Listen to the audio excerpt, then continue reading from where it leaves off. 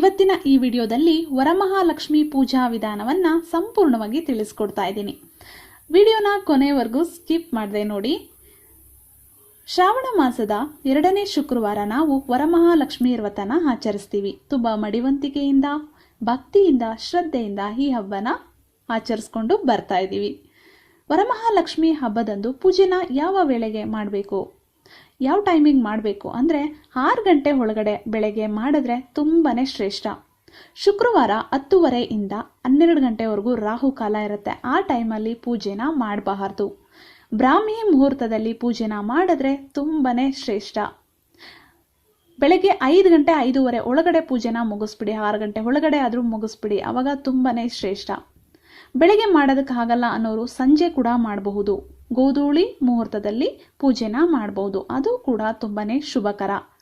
ಆದರೆ ಸಂಜೆ ವೇಳೆ ನಾವು ಕುಂಕುಮಕ್ಕೆ ಕರಿಬೇಕಾಗತ್ತೆ. ನಾವು ಕುಂಕುಮಕ್ಕೆ ಹೋಗ್ತಿರ್ತೀವಿ, ಅದರಿಂದ ನಮಗೆ ಪೂಜೆನ ಕತೆ ಓದೋದಿರುತ್ತೆ, ಅಷ್ಟೋತ್ತರಗಳು ಹೇಳೋದಿರುತ್ತೆ, ಅವಾಗ ಟೈಮು ಆಗೋದಿಲ್ಲ. ಅದರಿಂದ ಬೆಳಗ್ಗೆನೇ ಪೂಜೆ ಮುಗಿಸಿದ್ರೆ ನಿಮಗೆ ಎಲ್ಲ ಕತೆ ಓದೋದಕ್ಕೆ, ಅಷ್ಟೋತ್ತರ ಹೇಳೋದಕ್ಕೆ ಎಲ್ಲದಕ್ಕೂ ನಿಮಗೆ ಸಾಕಷ್ಟು ಸಮಯಗಳು ಸಿಗುತ್ತೆ. ಅದರಿಂದ ಬ್ರಾಹ್ಮಿ ಮುಹೂರ್ತದಲ್ಲಿ ಪೂಜೆ ಮಾಡಿದ್ರೆ ತುಂಬಾನೇ ಒಳ್ಳೆಯದು. ಇಡೀ ದಿನ ಕೂಡ ನಿಮ್ಮ ಮನೆಯಲ್ಲಿ ಹಬ್ಬದ ವಾತಾವರಣ ಕೂಡ ಇರುತ್ತೆ. ತುಂಬ ಮಡಿವಂತಿಕೆಯಿಂದ ಈ ಒಂದು ಹಬ್ಬವನ್ನ ಆಚರಿಸಬೇಕಾಗತ್ತೆ. ಬೆಳಿಗ್ಗೆ ಬ್ರಾಹ್ಮಿ ಮುಹೂರ್ತದಲ್ಲೇ ಪೂಜೆನ ಮಾಡಬೇಕು ಅಂದರೆ ನೀವು ಇಂದಿನ ದಿನನೇ ಎಲ್ಲ ಸಿದ್ಧತೆಗಳನ್ನು ಮಾಡ್ಕೊಂಡಿರ್ಬೇಕಾಗತ್ತೆ. ಎಲ್ಲ ಸಿದ್ಧತೆನೆ ಮಾಡಿಕೊಂಡು ನಂತರ ಬೆಳಿಗ್ಗೆ ಎದ್ದ ತಕ್ಷಣ ಸ್ನಾನ ಮುಗಿಸಿ ನೀವು ಕಳಶವನ್ನು ಮಾತ್ರ ಕೂರಿಸಿ ನೀವು ಪೂಜೆನ ಶುರು ಮಾಡಬೇಕಾಗತ್ತೆ. ಇಲ್ಲ ಅಂದರೆ ಎಲ್ಲ ಸಿದ್ಧತೆಗಳನ್ನು ಆ ದಿನನೇ ಮಾಡೋದಕ್ಕೆ ಸಾಧ್ಯ ಆಗೋದಿಲ್ಲ. ಸ್ನೇಹಿತರೆ, ಇನ್ನು ದೇವರನ್ನ ಕೂರಿಸೋದಕ್ಕೆ ನಾವು ಯಾವ ರೀತಿಯ ಸಿದ್ಧತೆಗಳನ್ನು ಮಾಡಬೇಕು ಅಂತಂದರೆ, ಮತ್ತು ದೇವರನ್ನ ಯಾವ ದಿಕ್ಕಿಗೆ ಕೂರಿಸ್ಬೇಕು ಅಂದರೆ, ದೇವರನ್ನ ನಾವು ಪೂರ್ವಕ್ಕೆ ಮುಖ ಮಾಡಿ ಕೂರಿಸ್ಬೇಕಾಗತ್ತೆ. ನಾವು ಲಕ್ಷ್ಮೀ ದೇವಿಯನ್ನು ಪೂರ್ವಕ್ಕೆ ಮುಖ ಮಾಡಿ ಕೂರಿಸ್ಬೇಕಾಗತ್ತೆ. ಪೂರ್ವ ದಿಕ್ಕಿಗೆ ಮುಖ ಮಾಡಿ ಕೂರಿಸೋದಕ್ಕೆ ಅನುಕೂಲ ಇಲ್ಲ, ಜಾಗ ಇಲ್ಲ ಅಂತ ಅನ್ನೋರು ಉತ್ತರ ದಿಕ್ಕಿಗೂ ಕೂಡ ನೀವು ದೇವಿಯ ಮುಖವನ್ನು ಉತ್ತರ ದಿಕ್ಕಿಗೆ ಮಾಡಿ ಕೂಡ ಕೂರಿಸಬಹುದು, ಅದು ಕೂಡ ಶುಭಕರ. ಇನ್ನು ನಾವು ಕಳಶವನ್ನು ಹೇಗೆ ಕೂರಿಸ್ಬೇಕು, ಕಳಶವನ್ನು ಹೇಗೆ ಇಡಬೇಕು, ಯಾವ ರೀತಿ ಅಂತ ಅಂದರೆ, ಫಸ್ಟು ಒಂದು ಮಣೆನ ತಗೊಳ್ಳಿ, ಅದರ ಮೇಲೆ ಒಂದು ಬಿಳಿ ಬಟ್ಟೆಯನ್ನು ಹಾಸಿ, ಒಂದು ಬಿಳಿ ಬಟ್ಟೆಯನ್ನು ಹಾಕಿ ಅಷ್ಟದಳ ಪದ್ಮ ರಂಗೋಲಿಯನ್ನು ಬಿಡಬೇಕಾಗತ್ತೆ. ಅಷ್ಟದಳ ಪದ್ಮ ರಂಗೋಲಿಯನ್ನು ಬಿಡಿ. ಇಲ್ಲ ಅಂದರೆ ಅದು ಅಕ್ಕಿ ಹಿಟ್ಟಿನಿಂದ ಬಿಡಿ. ಇಲ್ಲ ಅಂದರೆ ಒಂದು ಲಕ್ಷ್ಮೀ ಯಂತ್ರನಾದರೂ ಬಿಡಿಸ್ಬೇಕು. ಇಲ್ಲಾಂದರೆ ಲಕ್ಷ್ಮೀ ಯಂತ್ರ ನಿಮ್ಮ ಮನೇಲಿ ಇದ್ದರೆ ಅದನ್ನು ಇಟ್ಟು ಅದ್ರ ಮೇಲೆ ಕೂಡ ನಾವು ಕಳಶವನ್ನು ಇಡಬಹುದು. ಒಂದು ಮಣೆನ ಹಾಕಿ ಅದರ ಮೇಲೆ ಬಿಳಿ ಬಟ್ಟೆನ ಹಾಕಿ ಅಷ್ಟದಳ ಪದ್ಮ ರಂಗೋಲಿಯನ್ನು ಬಿಟ್ಟು ಅಕ್ಕಿ ಹಿಟ್ಟಿನಿಂದ ಬಿಟ್ಟು ನೀವು ಒಂದು ಸೇರು ಅಕ್ಕಿಯನ್ನು ಒಂದು ತಟ್ಟೆಯಲ್ಲಿ ಹಾಕ್ಕೊಳ್ಳಿ. ಒಂದು ಸೇರು ಅಕ್ಕಿನ ಒಂದು ತಟ್ಟೆಯಲ್ಲಿ ಹಾಕ್ಕೊಂಡು ಆ ತಟ್ಟೆನ ಆ ಅಷ್ಟದಳ ಪದ್ಮ ರಂಗೋಲಿ ಮೇಲೆ ಇಟ್ಟು ಅದ್ರ ಮೇಲೆ ನೀವು ಕಳಶವನ್ನು ಕೂರಿಸ್ಬೇಕು. ಇನ್ನು ಕಳಶಕ್ಕೆ ಏನೆಲ್ಲ ಹಾಕಬೇಕು, ನಾವು ಕಳಶದೊಳಗಡೆ ಏನೆಲ್ಲ ಹಾಕ್ತೀವಿ ಅಂತಂದರೆ, 2 ಬಿಂದಿಗೆನ ನೀವು ಇಡ್ತೀರಾ ಅಂದರೆ ಒಂದು ಬಿಂದಿಗೆ ಪೂರ್ತಿ ನೀವು ಅಕ್ಕಿಯನ್ನು ತುಂಬಿಸ್ಬಿಡಿ. ಒಂದು ಬಿಂದಿಗೆ ಪೂರ್ತಿ ಅಕ್ಕಿಯನ್ನು ತುಂಬಿಸ್ಬೇಕು. ಮತ್ತು ಇನ್ನೊಂದು ಬಿಂದಿಗೆನಲ್ಲಿ ನೀವು ನೀರು ಹಾಕ್ತಾರೆ ಕೆಲವೊಬ್ಬರು, ಆದರೆ ನೀರು ಹಾಕಿದ್ರೆ ಚೆಲ್ಲೋಗ್ಬಿಡುತ್ತೆ ಅಂತ ಕೂಡ ಕೆಲವರು ಹಾಕಲ್ಲ. ಅದ್ರ ಬದಲು ಏನಪ್ಪ ಮಾಡಬಹುದು ಅಂತಂದರೆ, ನೀವು ಅಕ್ಕಿನ ಹಾಕಿ, ಅದಕ್ಕೆ ಸಂಪೂರ್ಣವಾಗಿ ಪೂರ್ತಿ ಅಕ್ಕಿ ಹಾಕಿ, ಮತ್ತು ಅದಕ್ಕೆ 6 ದ್ರಾಕ್ಷಿ, 6 ಗೋಡಂಬಿ, 6 ಬಾದಾಮಿ ಮತ್ತು 6 ಅರಿಶಿಣದ ಕೊಂಬು ಮತ್ತು ಒಂದು ಬೆಳ್ಳಿ ನಾಣ್ಯ ಮತ್ತು ಒಂದು ಬಟ್ಟಲು ಅಡಿಕೆ, ಒಂದು ಬಟ್ಲು ಅಡಿಕೆ ಬರುತ್ತಲ್ಲ ಅದು, ಒಂದು ಬಟ್ಲು ಅಡಿಕೆ, ಮತ್ತು ನಿಮ್ಮ ಶಕ್ತಿಗೆ ಅನುಸಾರ ಯಾವುದಾದ್ರೂ ಒಂದು ಚಿನ್ನದ ಒಡವೆ. ಇಷ್ಟನ್ನ ನೀವು ಇನ್ನೊಂದು ಕಳಶದೊಳಗಡೆ ಹಾಕಬೇಕು. ಒಂದು ಕಳಶ ಪೂರ್ತಿ ಅಕ್ಕಿನ ಹಾಕಿ, ಇನ್ನೊಂದು ಕಳಶಕ್ಕೆ ಅಕ್ಕಿನ ಹಾಕಿ, ಅದಕ್ಕೆ 6 ದ್ರಾಕ್ಷಿ, 6 ಗೋಡಂಬಿ, 6 ಬಾದಾಮಿ ಮತ್ತು 6 ಅರಿಶಿಣದ ಕೊಂಬು, ಒಂದು ಬಟ್ಟಲು ಅಡಿಕೆ ಮತ್ತು ಒಂದು ಬೆಳ್ಳಿಯ ನಾಣ್ಯ ಮತ್ತು ಒಂದು ಚಿನ್ನದ ಒಡವೆ ಯಾವುದಾದ್ರೂ ಒಂದು ಕೈಗೆ ಹಾಕೊಳ್ಳೋ ರಿಂಗು, ಚೈನು, ಯಾವುದಾದ್ರೂ ಒಂದು ಒಡವೆಯನ್ನು ಹಾಕಿ.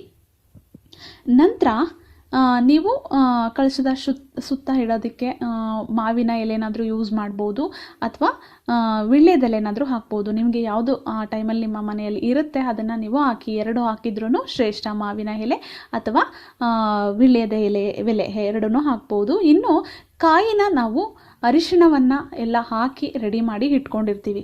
ಕಾಯಿ ತೊಗೋಬೇಕಾದ್ರೆ ಚೆನ್ನಾಗಿರೋದನ್ನು ನೋಡಿ ತೊಗೊಂಬಂದು ಕಳಶಕ್ಕೆ ಅಂತಲೇ ಇಟ್ಕೊಳ್ಳಿ. ಮತ್ತು ಅದರಲ್ಲಿ 3 ಕಣ್ಣಿರುತ್ತಲ್ಲ ಕಾಯಲ್ಲಿ, ಅದು ಕಾಣಿಸ್ಬಾರ್ದು, ಅದೆಲ್ಲ ಮುಚ್ಕೊಂಡಿರಬೇಕು, ಪೂರ್ತಿ ಅದು ಕ್ಲೋಸ್ ಆಗಿರಬೇಕು. ಆ ರೀತಿ ಇರೋವಂಥ ಕಾಯಿನ ತಗೊಳ್ಳಿ. ಮತ್ತು ಅರಿಶಿಣನ ನೀವು ನೀರಲ್ಲಿ ಕಲಿಸ್ಬಿಟ್ಟು ತೆಂಗಿನಕಾಯಿಗೆ ಹಾಕೋದ್ರಿಂದ ಅದು ಉದುರುತ್ತಾ ಇರುತ್ತೆ ಅಥವಾ ಬಟ್ಟೆಗಳಿಗೆಲ್ಲ ಆಗಿಬಿಡುತ್ತೆ. ಅದಕ್ಕೆ ಏನಪ್ಪ ಮಾಡಬೇಕು ಅಂದರೆ ಅರಿಶಿಣಕ್ಕೆ ಸ್ವಲ್ಪ ತುಪ್ಪವನ್ನು ಹಾಕಿ ಚೆನ್ನಾಗಿ ಮಿಕ್ಸ್ ಮಾಡಿ ಅದನ್ನು ನೀವು ಕಾಯಿಗೆ ಅರಿಶಿಣವನ್ನು ಹಾಕಿ. ಅದರಿಂದ ಅದು ಉದುರೋದೂ ಇಲ್ಲ, ಬಟ್ಟೆಗಳಿಗೂ ಅದು ಆಗೋದೂ ಇಲ್ಲ. ಮತ್ತು ಅದಕ್ಕೆ ಕುಂಕುಮ ಎಲ್ಲವನ್ನು ಇಟ್ಟು ರೆಡಿ ಮಾಡಿಕೊಂಡು ನೀವು ಕಳಶವನ್ನು ಪ್ರತಿಷ್ಠಾಪನೆ ಮಾಡ್ಬೋದು. ಮತ್ತು ನೀವು ಕಳಶಕ್ಕೆ ತಾಳಿಯನ್ನು ಕಟ್ಟಲೇಬೇಕು. ಕಳಶಕ್ಕೆ ನೀವು ಕೆಲವರು ತಾಳಿನೇ ಇಟ್ಕೊಂಡಿರ್ತಾರೆ, ಅದನ್ನು ಕಟ್ತಾರೆ. ಇಲ್ಲ ಅಂತ ಅಂದರೆ ಅರಿಶಿಣದ ಕೊಂಬನ್ನು ಕೂಡ ಕಟ್ಟಬಹುದು. ಮತ್ತು ನಾವು ತಾಳಿಯನ್ನು ಕಟ್ಟೋದು, ಅದಕ್ಕೆ ತಾಳಿಯನ್ನು ಧರಿಸೋದು ಎಷ್ಟು ಮುಖ್ಯನೋ ಅದಕ್ಕೆ ಗೆಜ್ಜೆ ವಸ್ತ್ರವನ್ನು ಹಾಕಲೇಬೇಕು. ಗೆಜ್ಜೆ ವಸ್ತ್ರವನ್ನು ನೀವು ಮಿಸ್ ಮಾಡಲೇಬಾರ್ದು. ಗೆಜ್ಜೆ ವಸ್ತ್ರವನ್ನು ಕೂಡ ಹಾಕಬೇಕು. ಮತ್ತು ನಾವು ವರಮಹಾಲಕ್ಷ್ಮಿ ತಾಯಿಗೆ ಒಡವೆಯನ್ನು ಹಾಕಿ ಅಲಂಕರಿಸ್ತೀವಿ. ನೀವು ಒಡವೆನ ವರಮಹಾಲಕ್ಷ್ಮಿಗೆ ಅಂತಲೇ ಇಟ್ಕೊಂಡಿದ್ದೀರಾ ಅಂದರೆ ನೀವು ಅದನ್ನು ಹಾಗೆ ಧರಿಸ್ಬಹುದು. ಇಲ್ಲ ಅಂದರೆ ನೀವು ಯೂಸ್ ಮಾಡ್ತಿರೋವಂಥ ಒಡವೆಗಳನ್ನು ಹಾಕ್ತೀರಾ ಅಂದರೆ ಹಾಲಲ್ಲಿ ಅಥವಾ ಅರಿಶಿಣದ ನೀರಲ್ಲಿ ಅದನ್ನು ಸ್ವಲ್ಪ ಹೊತ್ತು ನೆನೆಸಿ ನಂತರ ಅದನ್ನು ತೊಳೆದು ನೀವು ನಂತರ ತಾಯಿಗೆ ಧರಿಸ್ಬೇಕು. ದೇವಿಗೆ ಅಂತ ಇಟ್ಕೊಂಡಿರೋ ಒಡವೆನೇ ಆದರೆ ಒಂದು ಸಲ ಅದನ್ನು ತೊಳೆದು ಧರಿಸ್ಬಹುದು. ಆದರೆ ನೀವು ಅದನ್ನು ಬಳಸ್ತಾ ಇದ್ದೀರಾ, ನೀವು ಅದನ್ನು ಯೂಸ್ ಮಾಡ್ತೀರಾ, ಅದೇ ಒಡವೆಗಳನ್ನು ತಾಯಿಗೂ ಹಾಕ್ತೀರಾ ಅಂದರೆ ನೀವು ಅದನ್ನು ಹಾಲಲ್ಲಿ ಹಾಕಿ ಅಥವಾ ಅರಿಶಿಣದ ನೀರಿನಲ್ಲಿ, ಎರಡರಲ್ಲಿ ಯಾವುದಾದ್ರೂ ಒಂದರಲ್ಲಿ ನೀವು ತೊಳೆದು ನಂತರ ದೇವಿಗೆ ಧರಿಸ್ಬೇಕು. ದೇವಿಯ ಅಲಂಕಾರ ಎಲ್ಲ ಮುಗಿದ ನಂತರ ನೀವು ದೇವಿಯ ಬಲಗಡೆ ಒಂದು ಗಣೇಶನ ಮೂರ್ತಿಯನ್ನು ಇಡಬೇಕಾಗತ್ತೆ. ಗಣೇಶನಿಗೂ ಕೂಡ ನಾವು ಈ ಸಂದರ್ಭದಲ್ಲಿ ಪೂಜೆಯನ್ನು ಸಲ್ಲಿಸಬೇಕಾಗತ್ತೆ. ವಿಘ್ನ ನಿವಾರಕನಿಗೂ ನಾವು ಪೂಜೆಯನ್ನು ಮಾಡಬೇಕಾಗತ್ತೆ. ಗಣೇಶನ ಮೂರ್ತಿ ಇದ್ದರೆ ನೀವು ಅದನ್ನೇ ಇಡ್ಬೋದು. ಇಲ್ಲ ಅಂತ ಅಂದರೆ ಒಂದು ಅರಿಶಿಣದ ಉಂಡೆಯನ್ನು ಮಾಡ್ಕೊಳ್ಳಿ. ನೀರು ಹಾಕಿ ಅರಿಶಿಣಕ್ಕೆ ಒಂದು ಕಲಸಿ ಅದನ್ನು ಒಂದು ಉಂಡೆ ರೀತಿ ಮಾಡಿಕೊಂಡು ಅದಕ್ಕೆ ಗರಿಕೆಯನ್ನು ಸಿಗಿಸ್ಬೇಕು. ಅದಕ್ಕೆ ಗರಿಕೆಯನ್ನು ಸಿಗಿಸಿ ವಿಳ್ಯದೆಲೆಯಲ್ಲಿ ಅದನ್ನು ಇಟ್ಟು ನೀವು ದೇವಿಯ ಬಲಭಾಗದಲ್ಲಿ ಈ ಒಂದು ಗಣೇಶನ ಮೂರ್ತಿ ಇಡ್ಬೋದು, ಅಥವಾ ಈ ಒಂದು ವಿಳ್ಯದೆಲೆಯಲ್ಲಿ ಅರಿಶಿಣದ ಉಂಡೆ ಮಾಡಿ ಆದರೂ ಇಡ್ಬೋದು. ಇಟ್ಟು ನೀವು ವಿಘ್ನ ನಿವಾರಕನಿಗೆ ಪೂಜೆಯನ್ನು ಸಲ್ಲಿಸಬಹುದು. ನಂತರ ಆ ವಿಘ್ನ ನಿವಾರಕನಿಗೂ ಅರಿಶಿಣ ಕುಂಕುಮ ಇಟ್ಟು ಸ್ವಲ್ಪ ನೈವೇದ್ಯವನ್ನು ಅಂದರೆ ಹಾಲು ಅಥವಾ ರಸಾಯನ ಯಾವುದಾದ್ರೂ ಒಂದು ನೈವೇದ್ಯವನ್ನು ಇಟ್ಟು ನೀವು ವಿಘ್ನ ನಿವಾರಕನಿಗೂ ಪೂಜೆಯನ್ನು ಸಲ್ಲಿಸಬೇಕು. ನೈವೇದ್ಯಕ್ಕೆ, ದೇವಿಯ ನೈವೇದ್ಯಕ್ಕೆ ಏನೆಲ್ಲ ಇಡಬಹುದು ಅಂತ ಅಂದರೆ ಸಜ್ಜಿಗೆ. ದೇವಿಗೆ ಸಜ್ಜಿಗೆ ಅಂದರೆ ತುಂಬಾ ಇಷ್ಟ. ಮತ್ತು ಹೋಳಿಗೆ ಇಷ್ಟ.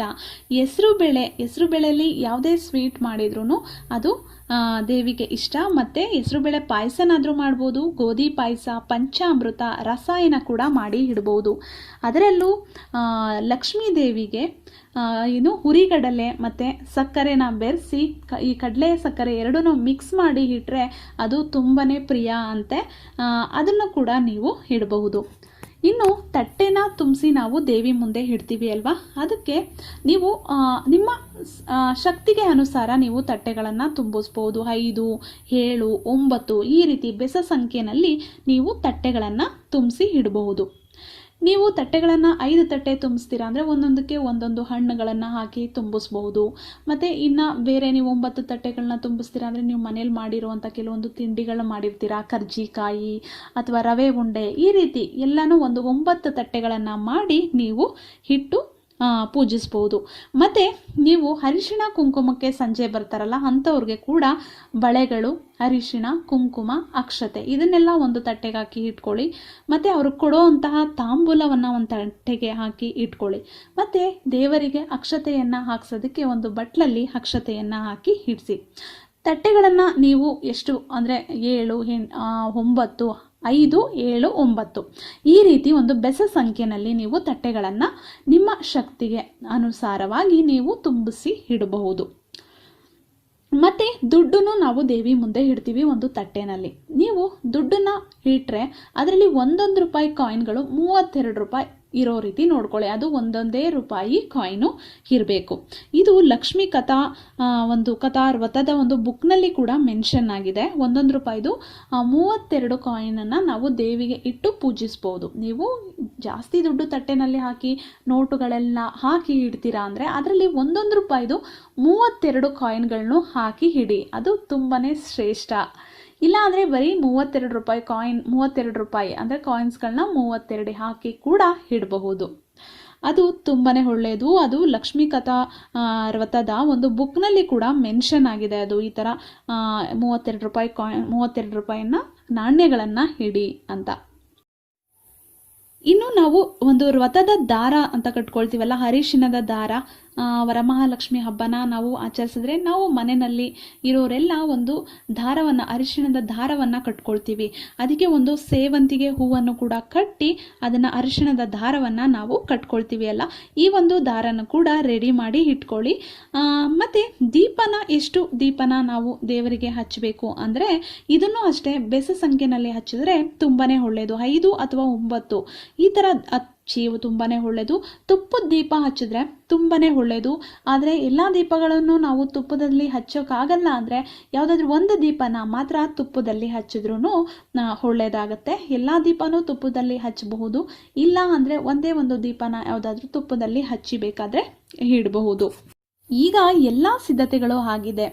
ದೇವಿಯನ್ನು ಅಲಂಕರಿಸಾಗಿದೆ, ನೈವೇದ್ಯಕ್ಕೆ ರೆಡಿ ಮಾಡಾಗಿದೆ, ತಟ್ಟೆ ತುಂಬಿಸಿಟ್ಟಿದ್ದಾಗಿದೆ, ಮತ್ತು ವ್ರತದ ದಾರ, ಅರಿಶಿಣದ ದಾರವನ್ನು ಕೂಡ ರೆಡಿ ಮಾಡಿದ್ದೀವಿ, ದೀಪವನ್ನು ಕೂಡ ಎಲ್ಲನೂ ರೆಡಿ ಮಾಡಿ ಇಟ್ಕೊಂಡಿದ್ದೀವಿ.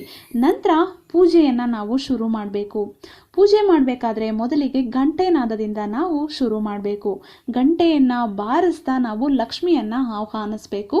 ನಂತರ ಒಂದು ಗಂಧದ ನೀರನ್ನು ರೆಡಿ ಮಾಡಿ ಇಟ್ಕೊಂಡಿರ್ಬೇಕು. ನಾವು ಗಂಧಕ್ಕೆ ನೀರನ್ನು ಹಾಕಿ ರೆಡಿ ಮಾಡಿ ಇಟ್ಕೊಂಡು ಗಂಟೆ ಬಾರಿಸ್ತಾ ಇರಬೇಕಾದ್ರೆ ಒಂದು ಹೂವಲ್ಲಿ ಆ ಒಂದು ಗಂಧದ ನೀರನ್ನು ಹದ್ದಿ ಎಲ್ಲ ಕಡೆ ಪ್ರೋಕ್ಷಣೆಯನ್ನು ಮಾಡಬೇಕು. ಮನೆಗೆಲ್ಲ ಪ್ರೋಕ್ಷಣೆಯನ್ನು ಮಾಡಬೇಕು. ನಂತರ ಮನೆ ದೇವರಿಗೆ ಸಂಕಲ್ಪ ಮಾಡ್ಕೋಬೇಕು. ನಮ್ಮ ಮನೆ ದೇವರುಗಳಿಗೆ ನಮಗೆ ಒಳ್ಳೆಯದಾಗಲಿ ಅಂತ ಹೇಳಿ ನಾವು ಸಂಕಲ್ಪವನ್ನು ಮಾಡಿಕೊಂಡು ಭಕ್ತಿಯಿಂದ ನಾವು ನಮ್ಮ ಮನೆ ದೇವರನ್ನು ಪ್ರಾರ್ಥಿಸಬೇಕು. ನೆಕ್ಸ್ಟು ವಿಘ್ನ ನಿವಾರಕನಿಗೆ ನಾವು ವಿನಾಯಕನನ್ನು ಬಲಗಡೆ ಪ್ರತಿಷ್ಠಾಪನೆ ಮಾಡಿದ್ದೀವಲ್ಲ, ಅಲ್ಲಿ ನಾವು ವಿನಾಯಕನಿಗೆ ಪೂಜೆಯನ್ನು ಹೂವಿಟ್ಟು ನೈವೇದ್ಯ ಇಟ್ಟು ವಿನಾಯಕನಿಗೆ ಸ್ವಲ್ಪ ಹಾಲು ಹಣ್ಣುಗಳನ್ನು ಇಟ್ಟು ನಾವು ಪೂಜೆಯನ್ನು ಮಾಡಬೇಕು. ನಮ್ಮ ಕಷ್ಟಗಳನ್ನು ಪರಿಹರಿಸು, ಯಾವುದೇ ವಿಘ್ನ ಬರದಂತೆ, ಈ ಪೂಜೆಗೆ ಯಾವುದೇ ವಿಘ್ನ ಆಗದಂತೆ ನಮ್ಮನ್ನೆಲ್ಲ ಕಾಪಾಡು, ನಮ್ಮನ್ನು ಆಶೀರ್ವದಿಸು ಅಂತ ಎಲ್ಲ ನಾವು ವಿಘ್ನ ನಿವಾರಕನಲ್ಲಿ ನಾವು ಬೇಡ್ಕೋಬೇಕು. ನೆಕ್ಸ್ಟು ನಾವು ವರಮಹಾಲಕ್ಷ್ಮಿಗೆ ನಾವು ಸಂಕಲ್ಪವನ್ನು ಮಾಡ್ಕೋಬೇಕು. ಮತ್ತು ಪೂಜೆಯ ವ್ರತದ ಕಥೆಯನ್ನು ನಾವು ಓದಬೇಕು. ನಾವು ಮೊದಲು ಪೂಜೆ ವರಮಹಾಲಕ್ಷ್ಮಿಗೆ ಮಾಡಬೇಕಾದ್ರೆ ಸಂಕಲ್ಪ ಮಾಡ್ಕೋಬೇಕು. ನಾನು ಈ ರೀತಿ ನಿನ್ನ ಪೂಜೆಯನ್ನು ನೆರವೇರಿಸ್ತಾ ಇದ್ದೀನಿ, ನನ್ನ ಕಷ್ಟಗಳನ್ನು ನಿವಾರಿಸು ಅಂತ ಎಲ್ಲ ನಾವು ದೇವಿಯಲ್ಲಿ ಕೂತ್ಕೊಂಡು ಭಕ್ತಿಯಿಂದ ಪ್ರಾರ್ಥನೆ ಮಾಡಬೇಕು. ನಂತರ ವ್ರತದ ಕಥೆಯನ್ನು ನಾವು ಓದಬೇಕು. ಮತ್ತು ಅಷ್ಟೋತ್ತರವನ್ನು ಹೇಳಬೇಕು. ಲಕ್ಷ್ಮಿಯ ಅಷ್ಟೋತ್ತರವನ್ನು ಹೇಳಬೇಕು. ಹೇಳಬೇಕಾದ್ರೆ ಕುಂಕುಮ ಅರ್ಚನೆ, ಒಂದು ವಿಳ್ಯದೆಲೆಯಲ್ಲಿ ನಾವು ಕುಂಕುಮವನ್ನು ಹಾಕಿ ವಿಳ್ಯದೆಲೆಗೆ ಅರ್ಚನೆ ಮಾಡ್ತಾ ಇದ್ರೆ ಅದು ತುಂಬಾ ಶುಭ. ನಂತರ ಪೂಜೆ ಎಲ್ಲ ಮುಗಿದಿದ ತಕ್ಷಣ ಆ ವಿಳ್ಯದೆಲೆಯಲ್ಲಿ ನಾವು ಹಾಕಿರುವಂಥ ಕುಂಕುಮ ಅರ್ಚನೆ ಆಗಿರುತ್ತಲ್ಲ ಅದನ್ನು ನಾವು ಇಟ್ಕೊಂಡ್ರೆ, ನಮ್ಮ ಹಣೆಗೆ ಇಟ್ಕೊಂಡ್ರೆ ಅದರಿಂದ ತುಂಬ ಒಳ್ಳೆಯದಾಗುತ್ತೆ, ತುಂಬ ಶುಭ ಆಗುತ್ತೆ ನಮಗೆ. ಅದರಿಂದ ಅಷ್ಟೋತ್ತರವನ್ನು ಹೇಳಿ ಅದು ಕುಂಕುಮಾರ್ಚನೆ ಮಾಡ್ತಾ ಹೇಳಿದ್ರೆ ತುಂಬಾ ಒಳ್ಳೆಯದು. ಮತ್ತು ಪೂಜೆ ಆಗಿದ ನಂತರ ಕಂಕಣದ ದಾರವನ್ನು ಕಟ್ಕೊಳ್ಳಿ. ಮತ್ತು ಈ ಪೂಜೆನ ದಂಪತಿಗಳು ಸೇರಿ ಮಾಡಿದ್ರೆ ತುಂಬಾ ಶುಭಕರ ಅಂತಲೇ ಹೇಳ್ಬೋದು. ಪೂರ್ಣ ಫಲ ಪ್ರಾಪ್ತಿಯಾಗುತ್ತೆ ಅಂತಲೇ ಹೇಳ್ಬೋದು. ಗಂಡ ಹೆಂಡತಿ ಇಬ್ಬರು ಕೂತು ಪೂಜೆ ಮಾಡಿದ್ರೆ ತುಂಬಾ ಒಳ್ಳೆಯದಾಗುತ್ತೆ. ನಂತರ ಪೂಜೆ ಎಲ್ಲ ಮುಗ್ದಿದ ನಂತರ ಒಂದು ವ್ರತದ ದಾರವನ್ನು ನಾವು ಅರಿಶಿಣದ ದಾರವನ್ನು ರೆಡಿ ಮಾಡ್ಕೊಂಡಿರ್ತೀವಲ್ಲ ಅದನ್ನು ನಾವು ಕಟ್ಕೋಬೇಕು. ನಂತರ ಸಂಜೆ ಮತ್ತೆ ಆರತಿ ಮಾಡಿ ಮುತ್ತೈದೆಯರನ್ನು ಕುಂಕುಮಕ್ಕೆ ಕರೆದು ಅವ್ರಿಗೆ ತಾಂಬೂಲವನ್ನು ಕೊಟ್ಟು ನಾವು ಕುಂಕುಮವನ್ನು ಕೊಡಬೇಕು. ಏನೇನು ಕೊಡಬೇಕು ಕುಂಕುಮ ಕೊಟ್ಟಾಗ ಅಂತಂದರೆ, ವಿಳ್ಯದೆಲೆ, ಅಡಿಕೆ, ₹1 ಕಾಯಿನು, 2 ಬಾಳೆಹಣ್ಣನ್ನು ನೀವು ಕೊಡಬೇಕಾಗತ್ತೆ. 1 ಬಾಳೆಹಣ್ಣನ್ನು ಖಂಡಿತವಾಗ್ಲೂ ಯಾರಿಗೂ ಕೊಡಬೇಡಿ, 2 ಬಾಳೆಹಣ್ಣನ್ನು ನೀವು ಕೊಡಿ. ಯಾಕೆಂದರೆ ಅದು 2 ಬಾಳೆಹಣ್ಣು ಅಂದರೆ ದಂಪತಿಗಳ ಒಂದು ಸಂಕೇತ. ನಾವು ಮುತ್ತೈದೆಯರಿಗೆ ಕುಂಕುಮವನ್ನು ಕೊಡೋದು ತುಂಬ ಅದೊಂದು ಶ್ರೇಷ್ಠವಾದ ಒಂದು ಕೆಲಸ ಅಂತಲೇ ಹೇಳ್ಬೋದು, ಶ್ರೇಷ್ಠವಾದ ಒಂದು ಕೆಲಸ. ಅದರಿಂದ ನೀವು ವಿಳೆದೆಲೆ, ಅಡಿಕೆ, ₹1 ಕಾಯಿನು, 2 ಬಾಳೆಹಣ್ಣು ಇಟ್ಟು ಕೊಡಿ. ನಿಮಗೆ ಶಕ್ತಿ ಇದ್ದರೆ ನೀವು ಕಾಯಿ ಅಥವಾ ಯಾವುದಾದ್ರೂ ಒಂದು ಹಣ್ಣುಗಳನ್ನು ಬೇಕಾದರೆ ಇಟ್ಟು ನೀವು ಕೊಡಬಹುದು. ಮತ್ತು ಬ್ಲೌಸ್ ಪೀಸ್, ರವಿಕೆ ಕಣ ಅಂತ ಹೇಳ್ತೀವಿ, ಬ್ಲೌಸ್ ಪೀಸನ್ನು ಇಟ್ಟು ಕೂಡ ನಾವು ಕೊಡಬಹುದು. 6 ಗಂಟೆ ಒಳಗಡೆ, ಸಂಜೆ ವೇಳೆ 6 ಗಂಟೆ ಒಳಗಡೆ ನೀವು ಪೂಜೆನ ಮುಗಿಸಿ ನಂತರ ನೀವು ಕುಂಕುಮಕ್ಕೆ ಕೊಡಬಹುದು. ಮತ್ತು ನೀವು ಬೆಳಗ್ಗೆ ಕತೆ ಓದೋದಕ್ಕೆ ಆಗಿಲ್ಲ ಅಂದರೆ ಸಂಜೆ 6 ಗಂಟೆಗೆ ನೀವು ಪೂಜೆ ಮಾಡ್ತೀರಲ್ಲ, ಆವಾಗ ಬೇಕಿದ್ರೆ ಕತೆ ಓದಿ ಅಷ್ಟೋತ್ತರವನ್ನು ಕೂಡ ನೀವು ಹೇಳ್ಬೋದು. ಮತ್ತು ಮಹಾಲಕ್ಷ್ಮಿ ಅಷ್ಟಕಂ ಅಂತ ಬರುತ್ತೆ, ನಮಸ್ತೆಸ್ತು ಮಹಾಮಾಯೆ ಶ್ರೀಪೀಠೆ ಸುರಪೂಜಿತೆ ಅಂತ. ಇದನ್ನು ಕೂಡ ನೀವು ಹೇಳಿ ಪೂಜೆಯನ್ನು ಮಾಡಬಹುದು. ಮತ್ತು ಪೂಜೆಯೆಲ್ಲ ಮುಗಿದು ಅರಿಶಿನ ಕುಂಕುಮ ಎಲ್ಲ ಕೊಟ್ಟಿದ ನಂತರ ಕೊನೆಗೆ ವಿಸರ್ಜನೆ ಯಾವಾಗ ಮಾಡೋದು ಅನ್ನೋದು. ವಿಸರ್ಜನೆ ನೀವು ಒಳ್ಳೆಯ ಸಮಯವನ್ನು ನೋಡಿ ಮಾಡಬೇಕಾಗತ್ತೆ. ನೀವು ಕೆಲವರು ಅವತ್ತಿನ ದಿನ ಅಂದರೆ ಶುಕ್ರವಾರ ನೀವು ಪೂಜೆ ಮಾಡಿರ್ತೀರಲ್ಲ, 60ದ ದಿನ, ಅವತ್ತಿನ ದಿನವೇ ವಿಸರ್ಜನೆಯನ್ನು ಮಾಡ್ತಾರೆ. ಕೆಲವರು 1-2 ದಿನ ದೇವಿಯನ್ನು ಇಟ್ಕೊಂಡು ನಂತರ ವಿಸರ್ಜನೆಯನ್ನು ಮಾಡ್ತಾರೆ. ನೀವು ಯಾವಾಗಲೇ ವಿಸರ್ಜನೆಯನ್ನು ಮಾಡಿ, ಅದು ಒಳ್ಳೆ ಟೈಮ್ ಚೆನ್ನಾಗಿದೆಯಾ ಅಂತ ಒಂದು ಟೈಮ್ನ ನೋಡಿಕೊಂಡು ವಿಸರ್ಜನೆ ಮಾಡಿ. ರಾಹುಕಾಲದಲ್ಲೆಲ್ಲ ವಿಸರ್ಜನೆಯನ್ನು ಮಾಡೋದಕ್ಕೆ ಹೋಗಬೇಡಿ. ಹಾಗೆ ವಿಸರ್ಜನೆಯನ್ನು ಯಾವ ರೀತಿ ಮಾಡಬೇಕು ಅಂದರೆ, ನೀವು ವಿಸರ್ಜನೆ ಮಾಡುವಂಥ ಸಮಯದಲ್ಲಿ ನೀವು ದೇವ್ರ ಮುಂದೆ ಕೂತು ನಮಸ್ಕಾರ ಮಾಡಿ ನೀವು ದೇವರಲ್ಲಿ ಕೋರಿಕೆಯನ್ನು ಸಲ್ಲಿಸಿ. ನಿಮಗೆ ಏನು ಒಳ್ಳೆಯದಾಗಬೇಕು ಎಲ್ಲ ಕೋರಿಕೆಗಳನ್ನು, ನಿಮ್ಮ ಕಷ್ಟ ಕಾರ್ಪಣ್ಯಗಳೆಲ್ಲವನ್ನು ನೀವು ದೇವ್ರ ಹತ್ರ ಹೇಳಿಕೊಂಡು ನಿಮ್ಮ ಕೋರಿಕೆಗಳನ್ನೆಲ್ಲ ಸಲ್ಲಿಸಿ. ನಂತರ ಸ್ವಲ್ಪ ಹೊತ್ತು ಕೂತ್ಕೊಂಡು ದೇವರನ್ನ ಸ್ತುತಿಸಿ ನಂತರ ನೀವು ವಿಸರ್ಜನೆ ಮಾಡಬೇಕಾಗತ್ತೆ. ಮೊದಲು ನೀವು ಕೆಂಪಾರತಿನ ಮಾಡಬೇಕು. ಕೆಂಪಾರತಿ ಅಂದರೆ ಎಲ್ರಿಗೂ ಗೊತ್ತಿರೋ ಹಾಗೆ ನೀರಿಗೆ ಸ್ವಲ್ಪ ಅರಿಶಿಣ ಮತ್ತು ಸ್ವಲ್ಪ ಸುಣ್ಣವನ್ನು ಹಾಕಿ ಮಿಕ್ಸ್ ಮಾಡಿದ್ರೆ ಅದು ಕೆಂಪಗಾಗತ್ತೆ. ಅದನ್ನು ಕೆಂಪಾರತಿ ಅಂತೀವಿ. ಅದಕ್ಕೆ ವಿಳ್ಯದೆಲೆ ಇಟ್ಟು ಅದರಲ್ಲಿ ಒಂದು ದೀಪವನ್ನು ಇಟ್ಟು ಆರತಿ ಮಾಡಬೇಕು. ಆರತಿ ಮಾಡಿ ನಂತರ ನೀವು ದೇವಿಯ ಬಲಭಾಗದಲ್ಲಿ ಇರುವಂಥ 3 ಹೂವನ್ನು ತೆಗೆದಾಕಿ. ನೆಕ್ಸ್ಟು ಕಳಶವನ್ನು ಮೇಲಕ್ಕೆ ಎತ್ತಿಬಿಟ್ಟು ಹಾಗೆ ಇಡಿ. ಆವಾಗ ಅದನ್ನು ನೀವು ಜರುಗಿಸ್ದಂಗೆ, ಕಳಶನ ನೀವು ಜರುಗಿಸ್ದಂಗೆ ಆಗುತ್ತೆ. ಮತ್ತು ನೀವು ಕಳಶ ಎಲ್ಲ ಜರುಗಿಸಿ ಆದಮೇಲೆ ನಂತರ ಆ ತೆಂಗಿನಕಾಯಿ ಇರುತ್ತಲ್ಲ, ಕಳಶಕ್ಕೆ ಇಟ್ಟಿರುವಂತಹ ತೆಂಗಿನಕಾಯಲ್ಲಿ ನೀವು ಸಿಹಿಯನ್ನು ಮಾಡಿ ತಿನ್ನಿ. ಏನಾದರೂ ಸಿಹಿಯನ್ನು ಮಾಡಿ ಮತ್ತು ಕಳಶದ ಒಳಗಡೆ ಹಾಕಿರ್ತೀರಲ್ಲ ಅಕ್ಕಿ ಮತ್ತು ಡ್ರೈ ಫ್ರೂಟ್ಸು, ಇದನ್ನೆಲ್ಲ ನೀವು ನಿಮ್ಮ ಅಡುಗೆಯಲ್ಲಿ ಬಳಸ್ಕೊಳ್ಳಿ. ಆದರೆ ಯಾವುದೇ ರೀತಿಯ ನಾನ್ ವೆಜ್ಗೆ ಯೂಸ್ ಮಾಡಬೇಡಿ. ನೀವು ವೆಜ್ ಅಡುಗೆ ಮಾಡ್ತೀರಲ್ಲ ಅದಕ್ಕೆ ನೀವು ಬಳಸ್ಕೊಳ್ಳಿ. ಮತ್ತು ನೀವೇನಾದರೂ ಧಾನ್ಯ ಹಿಟ್ಟಿಲ್ಲ, ಕಳಶದಲ್ಲಿ ನೀರು ಹಿಟ್ಟಿದೆ ಅನ್ನೋದಾದರೆ ಆ ನೀರನ್ನು ನೀವು ನಿಮ್ಮ ಮನೆಗೆಲ್ಲ ಪ್ರೋಕ್ಷಣೆ ಮಾಡಿ. ಮನೆಗೆ ಪ್ರೋಕ್ಷಣೆ ಮಾಡೋದ್ರಿಂದ ಅದು ಕೂಡ ತುಂಬ ಒಳ್ಳೆಯದು. ಮತ್ತು ನೀವು ಕಳಶಕ್ಕೆ ದೇವಿಗೆ ಹಾಕಿದಂಥ ಹೂವುಗಳನ್ನೆಲ್ಲ ಕಸದ ಬುಟ್ಟಿಗೆ ಮತ್ತು ಎಲ್ಲೆಲ್ಲಂದರೆ ಅಲ್ಲಿ ಬಿಸಾಕೋದು, ರೋಡ್ ಸೈಡು ಎಲ್ಲ ಮಾಡೋದಕ್ಕೆ ಹೋಗಬೇಡಿ. ನೀವು ಆ ಹೂವನ್ನು ನೀವು ಯಾವುದಾದ್ರೂ ಮರದ ಕೆಳಗಡೆ, ತೆಂಗಿನ ಮರದ ಕೆಳಗಡೆ ಇರ್ಬೋದು, ಅಥವಾ ನಿಮ್ಮ ಮನೆಯಲ್ಲಿ ಪಾಟ್ಗಳಿದ್ರೆ ಆ ಪಾಟ್ಗಳಿಗೆ ಹಾಕಿ ನೀವು ಅದನ್ನು ಕಸದ ಬುಟ್ಟಿಗೆಲ್ಲ ಹಾಕೋದು, ರೋಡ್ ಸೈಡ್ ಎಲ್ಲ ತೊಗೊಂಡೋಗಿ ಬಿಸಾಕೋದೆಲ್ಲ ಮಾಡಬೇಡಿ. ಅದು ಬಿಟ್ಟು ನೀವು ಅಲಂಕಾರ ಮಾಡಿರ್ತೀರ, ದೇವರಿಗೆ ಅಲಂಕಾರ ಮಾಡೋದಕ್ಕೆ ತುಂಬ ಹೂಗಳನ್ನು ಬಳಸಿರ್ತೀರಲ್ಲ, ಅದನ್ನು ಬೇಕಿದ್ರೆ ಬಿಸಾಡ್ಬೋದು. ಆದರೆ ದೇವರಿಗೆ ಅಂತ ನೀವು ಹಾಕಿದ್ದಂಥ ಹೂವುಗಳನ್ನು ದಯವಿಟ್ಟು ಕಸದ ಬುಟ್ಟಿಗೆಲ್ಲ ಹಾಕೋದಕ್ಕೆ ಹೋಗಬೇಡಿ. ಮತ್ತು ನೀವು ನಿಮ್ಮ ಶಕ್ತಿಗೆ ಅನುಸಾರವಾಗಿ ನೀವು ಹಬ್ಬವನ್ನು ಆಚರಿಸಿ ಅಂತ ನಾನು ಹೇಳೋದಕ್ಕೆ ಇಷ್ಟಪಡ್ತೀನಿ ಸ್ನೇಹಿತರೆ. ಯಾರೋ ಮಾಡ್ತಾರೆ ಗ್ರ್ಯಾಂಡಾಗಿ ನಾನು ಮಾಡಬೇಕು ಅಂತೆಲ್ಲ ಮಾಡೋಕ್ಕೆ ಹೋಗಬೇಡಿ. ನಿಮಗೆ ದೇವರು ಎಷ್ಟು ಶಕ್ತಿ ಕೊಟ್ಟಿದ್ದಾನೆ ಅಷ್ಟು ಶಕ್ತಿ ಅಷ್ಟಕ್ಕೆ ನೀವು ಮಾಡೋದಕ್ಕೆ ಪ್ರಯತ್ನಿಸಿ. ಆದ್ದರಿಂದ ನಮಗೆ ಒಳ್ಳೆಯದು. ದೇವರಿಗೆ ಯಾವುದೇ ಅಲಂಕಾರಕ್ಕಿಂತ ಆಡಂಬರಕ್ಕಿಂತ ಭಕ್ತಿ ಶ್ರದ್ಧೆ ತುಂಬ ಮುಖ್ಯವಾಗುತ್ತೆ. ನಿಮಗೆ ಏನು ಶಕ್ತಿ ಕೊಟ್ಟಿದ್ದಾನೆ ದೇವರು, ನಿಮ್ಮ ಕೈಯಲ್ಲಿ ಒಂದು ಮೊಳ ಹೂವು ತರಕಾದರೂ ಅಷ್ಟನ್ನೇ ತಂದು ಭಕ್ತಿಯಿಂದ ಪೂಜೆ ಮಾಡಿ. ಖಂಡಿತವಾಗ್ಲೂ ದೇವರು ಖಂಡಿತವಾಗ್ಲೂ ನಿಮಗೆ ಆ ಲಕ್ಷ್ಮಿ ಹೊಲಿತಾರೆ ಅಂತಲೇ ಹೇಳಬಹುದು.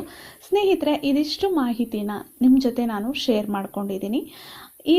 ಈ ವರ್ಷ ಬರುವಂಥ ವರಮಹಾಲಕ್ಷ್ಮಿ ನಿಮ್ಮ ಎಲ್ಲರಿಗೂ ಸಕಲ ಐಶ್ವರ್ಯ, ಆರೋಗ್ಯ, ಅಭಿವೃದ್ಧಿ ಎಲ್ಲವನ್ನು ಕೊಡಲಿ, ಕರುಣಿಸಲಿ ಅಂತ ಕೇಳ್ಕೊಳ್ತಾ ಇದ್ದೀನಿ. ಈ ಒಂದು ವಿಡಿಯೋ ನಿಮಗೆ ಖಂಡಿತವಾಗ್ಲೂ ಇಷ್ಟ ಆಗಿದೆ ಅಂದ್ಕೊಳ್ತೀನಿ. ಇಷ್ಟ ಆಗಿದರೆ ದಯವಿಟ್ಟು ಲೈಕ್ ಮಾಡಿ, ಕಮೆಂಟ್ ಮಾಡಿ, ಮತ್ತು ನನ್ನ ಚಾನಲ್ನ ನೀವಿನ್ನೂ ಸಬ್ಸ್ಕ್ರೈಬ್ ಮಾಡದೆ ಏನಾದರೂ ನೋಡ್ತಾ ಇದ್ದರೆ ಪ್ಲೀಸ್ ದಯವಿಟ್ಟು ಈಗಲೇ ಸಬ್ಸ್ಕ್ರೈಬ್ ಮಾಡಿ ನನಗೆ ಸಪೋರ್ಟ್ ಮಾಡಿ. ಧನ್ಯವಾದಗಳು.